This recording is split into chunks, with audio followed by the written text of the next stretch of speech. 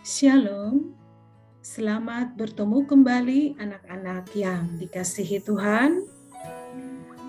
Pelajaran kita pada hari ini berjudul Suatu Jabatan dalam Garis Turunan Bangsawan. Diambil dari buku Conflict and Courage bagian yang kedua. Baiklah, sebelum kita memulai pelajaran kita hari ini, kita akan mendahului dengan berdoa.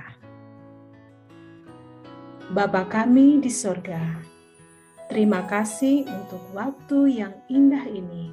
Kami rindu mendengarkan firman-Mu. Tolong kami dengan Roh Suci mengisi hati kami, dan kiranya firman ini dapat menguatkan dan menyegarkan jiwa kami. Dalam nama Yesus Kristus, Juru Selamat kami. Amin. Anak-anak yang dikasihi Tuhan, mari kita mulai pelajaran kita dengan membaca ayat inti kita yang diambil dari kitab Amsal pasal 20 ayat 21. Firman Tuhan mengatakan, bibir orang benar menggembalakan banyak orang. Mari kita ikuti bersama penjelasannya. Meskipun kejahatan menumpuk, ada barisan orang kudus yang hidup bersahabat dengan surga, karena mereka ditinggikan dan dimuliakan oleh persekutuan dengan Allah. Mereka mempunyai intelek yang tinggi dan kepandaian yang luar biasa. Mereka mendapat tugas yang besar dan kudus, yaitu membangun suatu tabiat yang benar, mengajarkan pelajaran kesalehan bukan hanya pada manusia di zamannya, tetapi juga untuk generasi yang akan datang. Hanya sedikit dari mereka yang termasyhur disebutkan dalam kitab suci. Tetapi Allah mempunyai saksi-saksi yang setia dan penyembah-penyembah yang sungguh-sungguh di sepanjang masa. Lebih lanjut dikatakan, betapa sering terjadi mereka yang percaya akan firman Allah telah melawan kuasa seluruh dunia, meskipun dalam diri mereka sendiri sama sekali tidak berdaya. Sebagai contoh, Henok, hatinya suci, kehidupannya suci, memegang teguh imannya dalam kemenangan orang benar melawan satu generasi yang bejat dan pengolok. Nuh bersama keluarga melawan manusia pada zamannya, yaitu manusia yang fisik dan mentalnya kuat, tetapi moralnya merosot. Bangsa Israel di Laut Merah, budak-budak yang ketakutan dan tak berdaya melawan tentara perkasa dari bangsa yang paling berkuasa di dunia. Daud sebagai anak penggembala, tahta dijanjikan Allah padanya. Dia melawan Saul yang telah diangkat menjadi raja yang tetap mempertahankan kekuasaannya. Sadrak bersama temannya dalam api dan Nebukadnezar di atas tahta. Daniel di antara singa-singa, musuh-musuhnya yang menduduki jabatan tinggi dalam kerajaan. Yesus di atas salib dan imam-imam Yahudi dan para pejabat pemerintahan memaksa pemerintahan Roma melakukan kehendak mereka. Paulus dengan tangan terbelenggu dibunuh sebagai penjahat. Nero, raja dan penguasa lalim dari satu kerajaan dunia. Anak-anak yang dikasihi Tuhan, contoh-contoh seperti ini terdapat bukan hanya dalam Alkitab, tetapi banyak terdapat pada setiap catatan kemajuan manusia.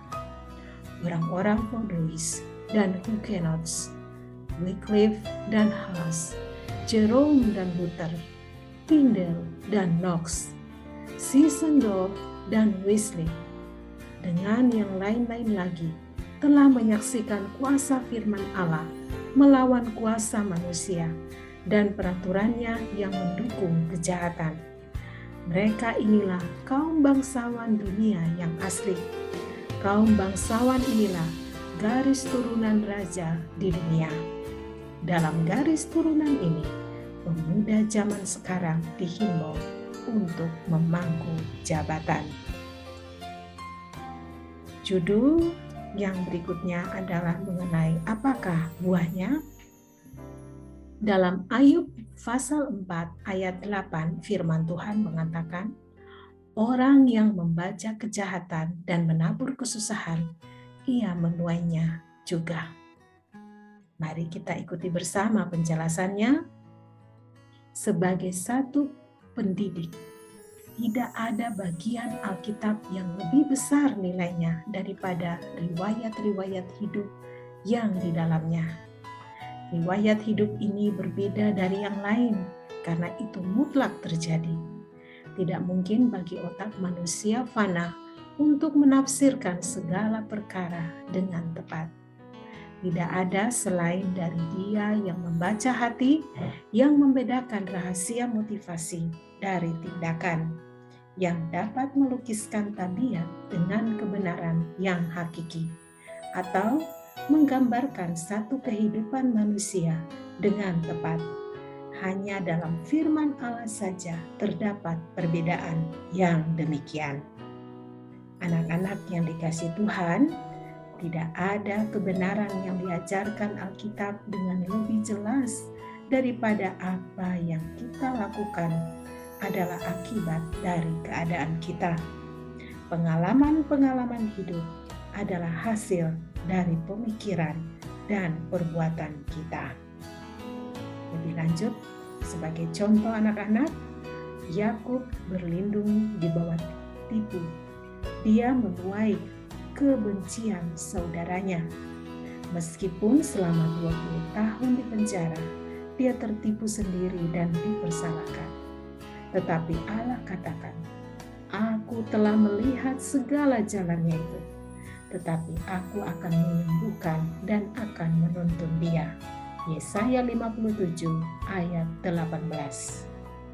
Dalam kesusahannya, Yakub tidak mengalami kehancuran. Dia telah melalui amarah Esau. Dia meminta pertolongan Allah. Dan dalam kegagahannya, ia bergumul dengan Allah. Hosea 12 ayat 4. Lalu diberkatinyalah Yakub di situ. Kejadian 32 ayat 29. Kuasa kejahatan dalam dirinya sudah dimusnahkan. Tabiatnya sudah diubah. Allah tidak menghapuskan hukum-hukumnya. Dia tidak bekerja bertentangan dengan hukum itu. Dia tidak membatalkan akibat dosa, tetapi dia mengubah kutuk menjadi berkat melalui rahmat-Nya. Anak-anak yang dikasihi Tuhan, kita tiba pada kesimpulan pelajaran kita hari ini. Allah mempunyai saksi-saksi yang setia sepanjang masa. Orang-orang suci Allah ini berpegang teguh pada imannya dalam kemenangan melawan kebejatan moral orang-orang jahat sekelilingnya, bahkan menghadapi para penguasa yang kejam yang berkuasa pada zamannya. Mereka inilah kaum bangsawan. Mereka melawan kuasa manusia dan peraturan yang mendukung kejahatan. Hendaklah kita bersyukur sebab Alkitab adalah kuasa pendidik yang terbesar nilainya daripada riwayat orang-orang suci Allah. Tuhan berjanji untuk memulihkan keadaan manusia yang terkutuk menjadi berkat yang besar. Doa kita adalah terima kasih ya Tuhan untuk firman-Mu hari ini. Kiranya Tuhan memberkati anak-anak dimanapun berada dalam kesehatan dan sukacita. Sampai ketemu kembali di pelajaran kita yang berikutnya.